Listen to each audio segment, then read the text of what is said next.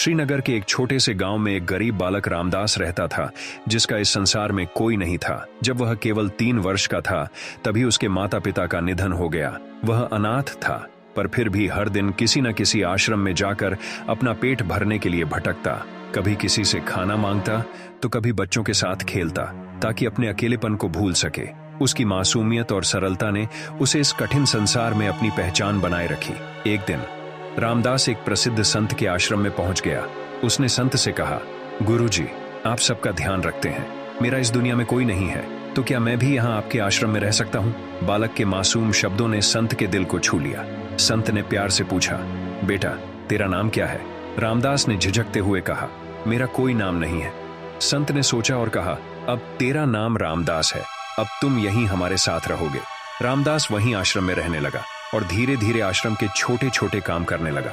उसकी मासूमियत और सेवा भाव ने सबका दिल जीत लिया। संत की उम्र 70 साल हो चुकी थी। एक दिन उन्होंने अपने शिष्यों को बुलाकर कहा, मुझे तीर्थ यात्रा पर जाना है, तुम में से कौन कौन मेरे साथ चलेगा? सभी शिष्य यात्रा पर जाने की इच्छा जताने लगे, क्योंकि किसी को भी काम करने की इच्छा नहीं थी। तभी रामदास संत के पास आया और बोला, गुरुजी, अगर आपको ठीक लगे तो मैं यहीं आश्रम में रुक जाता हूँ। संत ने सोचा, क्या यह नन्हा बालक पूरे आश्रम का भार संभाल पाएगा? फिर उन्होंने कहा, ठीक है बेटा, लेकिन एक बात याद रखना, आश्रम की साफ सफाई में भले ही थोड़ी कमी रह जाए, पर ठाकुर जी की सेवा में कोई कमी नहीं होनी चाहिए। रामदास ने श्रद्धापूर्वक कहा, गुरुजी, मुझे ठाकुर जी की सेवा करनी नहीं आती, आप मुझे बता दीजिए, मैं पूरी श्रद्धा से करूंगा। संत उसे मंदिर ले गए और वहां राम दरबार की झांकी दिखाई। संत ने रामदास को हर काम विस्तार से सिखाया, मूर्ति की पूजा, फूल अर्पित करना और ठाकुर जी को भोजन अर्पित करना।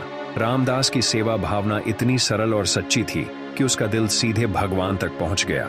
जब गुरुजी तीर्थ यात्रा पर निकले, रामदास ने पूरी जिम्मेदारी के साथ ठाकुर जी की सेवा करनी शुरू की। सुबह उठकर स्नान करके भिक्षा से लाए अन्न से भोजन बनाकर रामदास भगवान के सामने भोजन की थालियां सजाता। एक दिन जब रामदास ने देखा कि थाली में रखा खाना वैसा ही पड़ा है, तो उसे समझ नहीं आया। उसने सोचा, नया रिश्ता बना है, शायद भगवान शर्मा रहे होंगे। वह पर्दा लगाकर कुछ देर के लिए बाहर चला गया। जब वापस आया तो खाना वैसा का वैसा था। अब उसकी आंखों से आंसू छलक पड़े। उसने मन में ठान लिया कि अगर भगवान ने खाना नहीं खाया तो वह भी भूखा रहेगा। रामदास ने दर्द भरे शब्दों में कहा, अगर आप नहीं खाएंगे तो मैं भी नहीं खाऊंगा। अगर ऐसा है तो मैं अब पहाड़ से कूदकर मरने जा रहा हूं। उसकी सच्ची श्रद्धा और प्रेम ने भगवान को भी उसका आह्वान सुनाई दिया। भगवान श्री राम ने हनुमान जी से कहा, हनुमान, जाओ उस बालक को ले आओ, उसे कहो कि हम भोजन करने के लिए तैयार हैं। हनुमान जी तुरंत रामदास के पास पहुंचे। जब वह पहाड़ से कूदने ही वाला था, उन्होंने कहा, अरे ये क्या कर रहे हो? रामदास ने पूछा, आप कौन हो? हनुमान जी मुस्कुराते हुए बोले, मैं तेरा बड़ा भाई हूं। हनुमान जी ने रामदास को समझाया कि अब सब साथ बैठकर खाना खाएंगे। रामदास आश्रम में आता है और देखता है कि भगवान श्री राम भोजन कर रहे हैं। रामदास बहुत खुश हो जाता है। भगवान श्री राम और हनुमान जी रामदास के साथ रहने लगते हैं और उसके साथ भोजन करने लगते हैं। कुछ दिनों बाद जब संत वापस लौटे, उन्होंने देखा कि मंदिर में भगवान की प्रतिमाएं गायब थीं।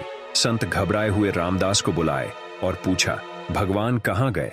रामदास ने शांत भाव से कहा, मुझे क्या पता बाबा, शायद रसोई में काम कर रहे होंगे। संत भागकर रसोई की ओर दौड़े और वहां जो दृश्य देखा वह अद्भुत था। वहां श्री राम खाना बना रहे थे और हनुमान जी सब्जियां काट रहे थे। संत ने अपनी धड़कनें तेज महसूस की और घुटनों के बल गिरकर रोने लगे।